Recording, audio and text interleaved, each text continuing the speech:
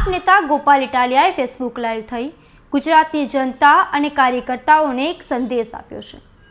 કહ્યું છે આ વખતે ચૂંટણી ખૂબ ટૂંકા સમય માટે આવે છે, માત્ર 22 થી 25 દિવસની અંદર આ ચૂંટણી પૂર્ણ થઈ જશે। નમસ્કાર, હું છું મમલ। તો આવો સાંભળીએ વધુમાં ગોપાલ ઇટાલિયા શું કહી રહ્યા છે। છું ગોપાલ ઇટાલિયા, ગુજરાતના સૌ નાગરિકોને મારા પ્રણામ। મિત્રો, સ્થાનિક સ્વરાજ્યની ચૂંટણીના પડઘમ એકદમ મજબૂત રીતે વાગી રહ્યા છે। મતદાનના દિવસ તરફ ધીમે ધીમે સમય આગળ વધી રહ્યો છે અને આખા ગુજરાતમાંથી અનેક આગેવાનો, અનેક યુવાનો, મને સમર્થન કરનારા અનેક સમર્થકો, આમ આદમી પાર્ટીના કાર્યકર્તાઓ, આમ આદમી પાર્ટીના હોદ્દેદારશ્રીઓ, આમ આદમી પાર્ટીમાંથી ચૂંટણી લડી રહેલા ઉમેદવારશ્રીઓ, મારા પોતાના વ્યક્તિગત મિત્રો, અનેક લોકો અનેક ગામડામાં, તાલુકામાં, શહેરોમાં, વોર્ડમાં, નગરપાલિકામાં સભા કરવા માટે થઈ મને ખૂબ આગ્રહ કરી રહ્યા છે।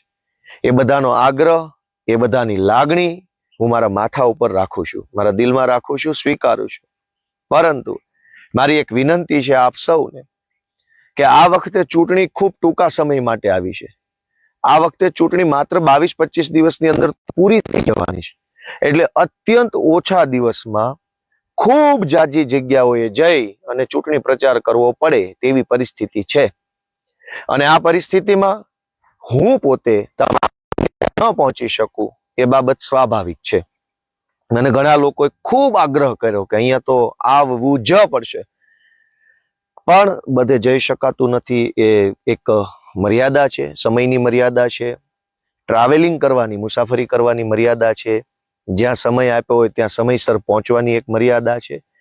અને એટલે હું બધાય મિત્રોની લાગણી સ્વીકારતા નમ્ર નિવેદન કરું છું કે કદાચ હું ન પહોંચી શકું તો મને દરગુજર કરજો, પરંતુ આપણે બધાએ લોકો સુધી જઈ લોકોને આપણી વાત કહી અને આ વખતે ખૂબ મોટા પાયે બદલાવ લાવવા માટેની વિનંતી કરવાની છે।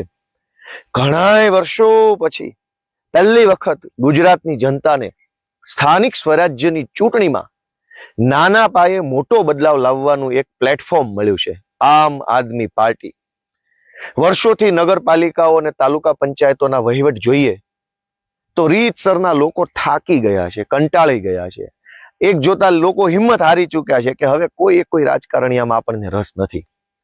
પણ આપણે લોકોને જણાવવું પડશે કે અમે તો નવા છીએ, અમે તો ઉત્સાહ અને ઉર્જાથી ભરેલા યુવાનો છીએ, ભણેલ ગણેલ છીએ, કોઈ ધગશથી અમે આ પાર્ટીમાં આવ્યા છીએ, કંઈક કરવા માંગીએ છીએ। તમે એક તક આપશો તો અમે અમારી ક્ષમતા તમારી સામે મૂકી શકીશું।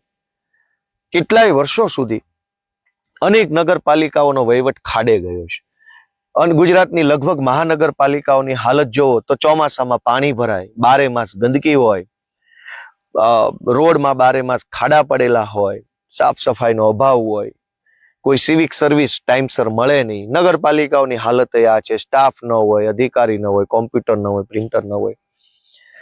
આ બધી જ પરિસ્થિતિને બદલવા માટે આમ આદમી પાર્ટીના એક એક ઉમેદવારે, એક એક કાર્યકર્તાએ, એક એક સમર્થકોએ ખૂબ પરસેવો પાડવો પડશે, બધાએ પુરુષાર્થ કરવો પડશે અને સૌને ઈશ્વર પુરુષાર્થ કરવાની શક્તિ આપે એવી પ્રાર્થના સાથે ફરી વખત હું તમારા ચૂંટણી પ્રચારમાં ન આવી શકું એ બદલ મને દરગુજર કરજો, મને માફ કરજો, કેમ કે હું અનેક જગ્યાએ જાઉં છું। બધાની લાગણી મારા પ્રત્યે, ઈશુદાનભાઈ પ્રત્યે, પ્રવીણભાઈ રામ પ્રત્યે, ચૈતરભાઈ વસાવા પ્રત્યે, અમારા બધા જે કાંઈ આગેવાનો છે એમના પ્રત્યે ખૂબ તમે લાગણી, પ્રેમ બતાવો છો। એ અમારા માટે ગર્વની બાબત છે, અમારા માટે સન્માનની બાબત છે કે કોઈ રાજકીય પાર્ટીના આગેવાનોને જનતા આટલો પ્રેમ આપે। તમારો પ્રેમ સ્વીકારું છું અને ગુજરાતભરની સૌ જનતાને અપીલ કરું છું કે આ વખતે સ્થાનિક સ્વરાજ્યની ચૂંટણીમાં એક વખત આમ આદમી પાર્ટીના ભણેલા ગણેલા યુવાન, ઉત્સાહી, ઉર્જાવાન,